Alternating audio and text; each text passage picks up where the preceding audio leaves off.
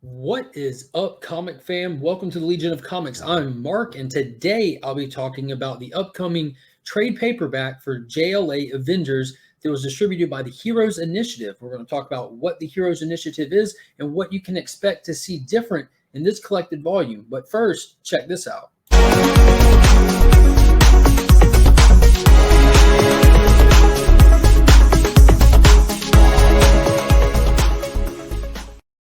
Big thank you to Big Time Collectibles for being a channel sponsor. Be sure to follow them on Instagram and Facebook. Check them out at bigtimecollectibles.com and do not miss out on some of the tightest, most badass covers in the comic game. Also, if you need anything cleaned or pressed, hit up Justin Comics and he can take care of you for as little as $10 a book. If you use that promo code We Are Legion, you can take advantage of the special offer he's got running right now. All right, let's get into it. So everybody has been seeing a lot of stuff all over the internet, on YouTube, Instagram, wherever, about George Perez. With the unfortunate news of his declining health, people are really showing and sharing their appreciation and their fandom for this amazing artist who really has done so much for comics, comic creators, and just the industry as a whole. And no one has really done such a nice thing that I've noticed than the Heroes Initiative. And we're going to talk about them a little bit and what they do and how they're actually associated with George Perez. But the Heroes Initiative is a foundation that comes together to help creators in need. And I went to their website, I looked up a little bit of information about them, and I saw their mission statement, which reads, "The Heroes Initiative creates a financial safety net for comic creators who may need emergency medical aid, financial support for essentials of life, and an avenue back into the paying work. Since inception, the Heroes Initiative has been fortunate enough to benefit creators with more than $1 million worth of much needed aid, fueled by your contributions. It's a chance for all of us to give back something to the people who have given us so much enjoyment."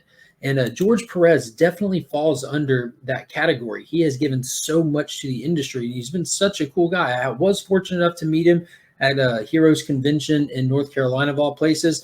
And it's really cool because he does have ties to the Heroes Initiative. He is one of the founding members of their board of directors, and he also served as chair of its disbursement committee. So he's worked with this foundation to give back to the creators themselves, not just the comic fans, but other creators. So the Heroes Initiative came together and reached out to both Marvel and DC and had no problems putting together a special edition of the JLA Avengers trade paperback. This hasn't been collected again in many, many years. It was a 4-issue miniseries that came out in 2003 and 2004. It kind of looped over the years, and they decided to make a 7,000 print run and sell them to comic stores where you could either pre-order them or whatever the case is. I have noticed that different stores are doing things differently with this book. Some were just able to take in orders from customers and do a first come, first served basis. So everyone saw where Midtown Comics was doing a raffle with theirs. I don't know if they were raffling theirs or they put a high price tag on it and said that the proceeds will be going to a charity as well. One shop here in Augusta is doing a straight up lottery for theirs. You can buy a $5 raffle ticket, and all the proceeds are going to a local cancer organization here. We do have a whole lot of hospitals here in the Augusta area. We have the Medical College of Georgia here, and there's all kinds of stuff. So that's what they decided to do. But there's all kinds of different stuff, which I think is really cool. And that's just very reflective of how Perez was. He's always giving back. He just seemed like such a great guy. So let's talk about a little bit what you can expect to see in this book and what might be different that's exclusive to this book. So this specific edition of the book will include 2 forwards, one by Stan Lee and one by Julie Schwartz. Stan Lee being the original writer for the Avengers, and Julie Schwartz being the editor-in-chief at DC Comics at the time of the formation of the Justice League of America.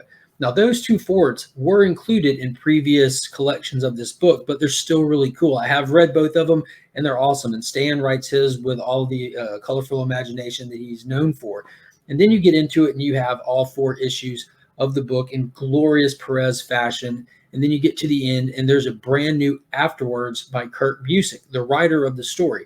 So that's going to be exclusive to this collection to get this afterwards. It was written, I'm assuming, during the time of this book being put together. So it's going to be very, very new and I have not read that yet. And I'm kind of going to wait till I honestly finish rereading through the whole thing again.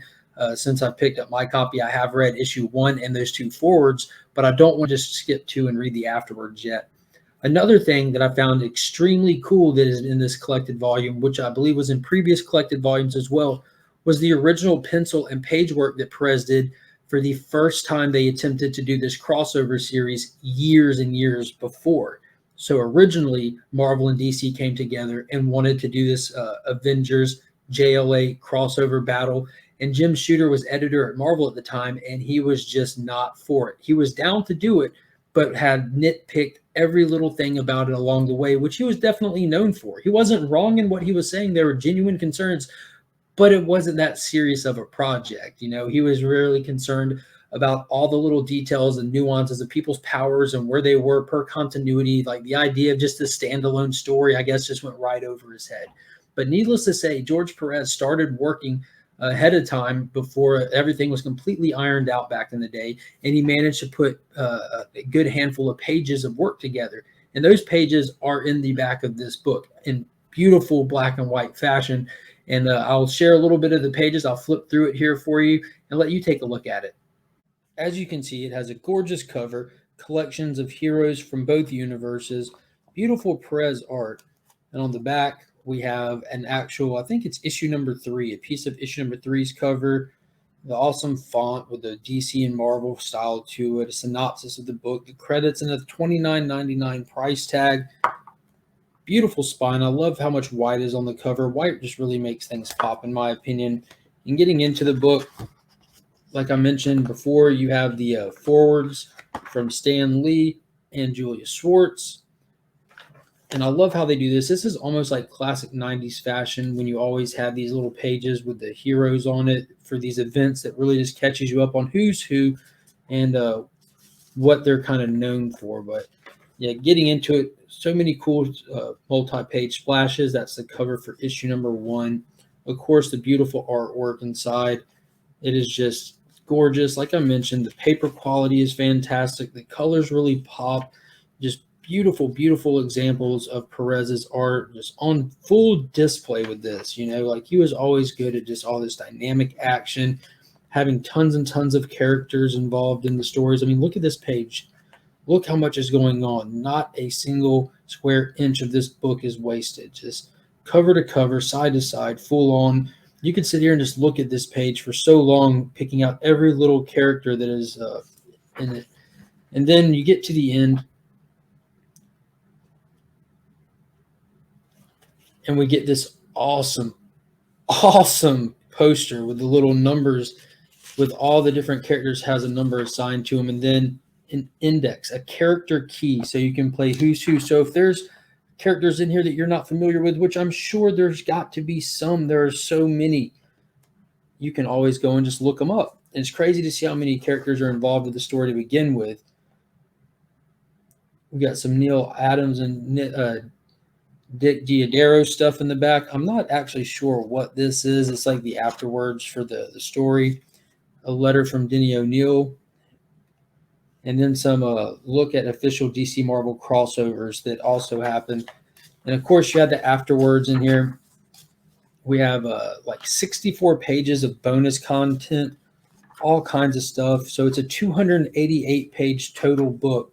And here's some of the pages from the one that did not actually happen, you know, where Kang the Conqueror was your villain. Look at Cap, man. That is just amazing. Look how dynamic that is. But so this is the one that was shot down.